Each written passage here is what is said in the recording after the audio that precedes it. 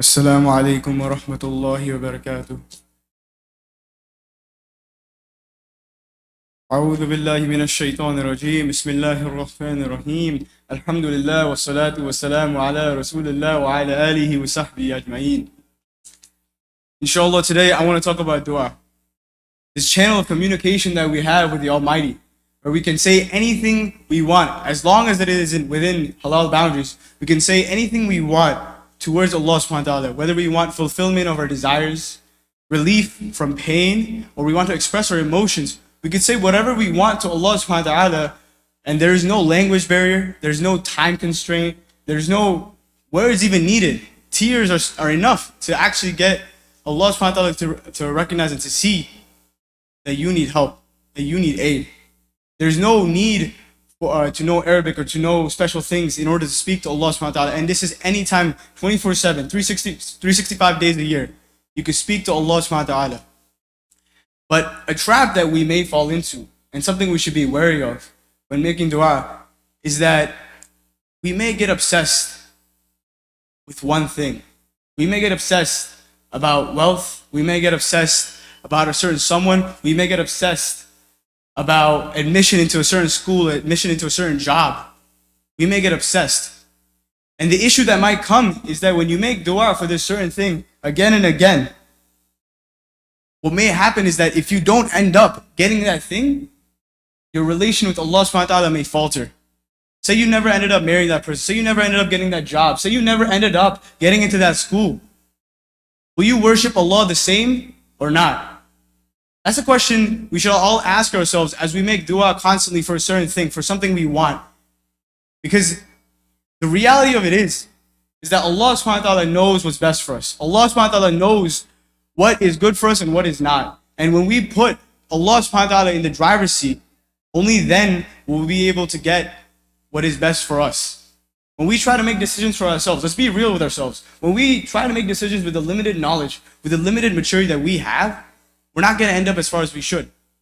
And that's just plain fact. Allah subhanahu wa ta'ala knows everything. Allah subhanahu wa ta'ala is the most wise. Allah subhanahu wa ta'ala is the most high. How could we ever make a decision that is better than Allah subhanahu wa ta'ala's? And what better example, what better reason to trust Allah subhanahu wa ta'ala than the actual story of Yusuf alayhi salam?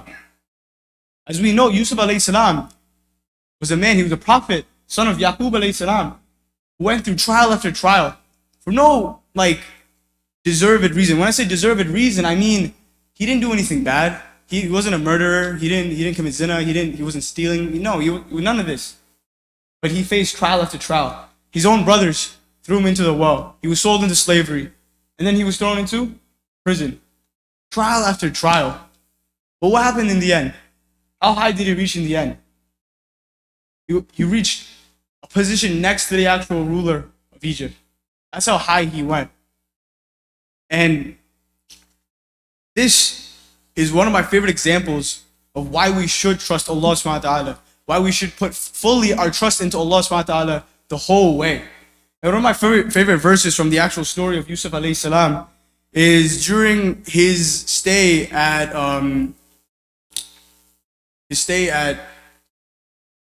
when he was a slave at his owner's house. He was sold into a household, a couple, a husband and a wife. And during this time, he was a slave, right? And as a slave, he had to abide by the rules there and whatnot. But there was an exchange. Yusuf alayhi salam, when he became a slave, he was pretty young. But as years went on, he matured and he was a man of great looks. He was a man of beauty. And this especially affected the women, especially the wife in the household he lived in.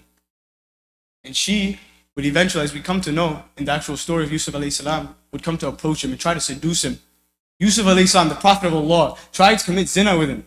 And this is one of my favorite verses from the actual story of Yusuf alayhi salam. In verse number 24, Allah subhanahu wa ta'ala says in Surah Yusuf, she advanced towards him, and he would have done likewise had he not seen a sign from his Lord. This is how we kept evil and indecency away from him, for he was truly one of our chosen servants. The thing I love about this verse right here is that not only do we recognize that this woman's desire for him, but we also recognize that Yusuf alayhi salam is human too. that he had this desire too, and that he, like us, has desires. And there's this humanness that we can relate to. Sometimes we forget that Rasulullah sallallahu alaihi wasallam, we forget the prophets of Allah, we forget that the Sahaba are people too, that they had desires too, and that we too are similar to them. And in this way, we see that really no desire, whether it is wealth, whether it is a man or a woman, whether it is fame, no desire is really worth that relation with Allah subhanahu wa ta'ala. Look at Yusuf alayhi salam himself. He was put into trial after trial. He was put into trouble after trouble. And at that moment in time, he wanted her. This is something Allah subhanahu wa ta'ala says himself. He wanted her. But he did not follow through his desire. He was a true servant of Allah in this way. And this is something we can mimic too. The prophets of Allah in the Quran that we learn about are not just there so that we see such great role models. It's also to see how far we can go, to see who we can be too. This is who we can go towards and look towards for relatability, for advice. We can look for lessons. We can look to see how far we can go. And really an example of who we could be. So make sure that as you make dua these last few days of Ramadan and for the rest of your life, really, make sure that you put Allah subhanahu wa ta'ala in the driver's seat. And you put Allah subhanahu wa ta'ala in control, rather than putting yourself in control and asking for something obsessively, and eventually leading it to a bitter relation with your Lord, leading to you praying less, leading to you making dua less, leading you to showing up to the masjid less. Rather than that, put your trust in Allah subhanahu wa ta'ala fully, as we should. And in the end, inshallah, we'll all be among those that Allah subhanahu wa ta'ala is pleased with. And with that, I'll end off and I'll say, Ya Allah, grant us all Jannatul Firdaus. Ya Allah, grant us all the mercy for us and our parents. Ya Allah, all of those who are granted your mercy. Assalamu alaikum wa rahmatullahi wa barakatuh.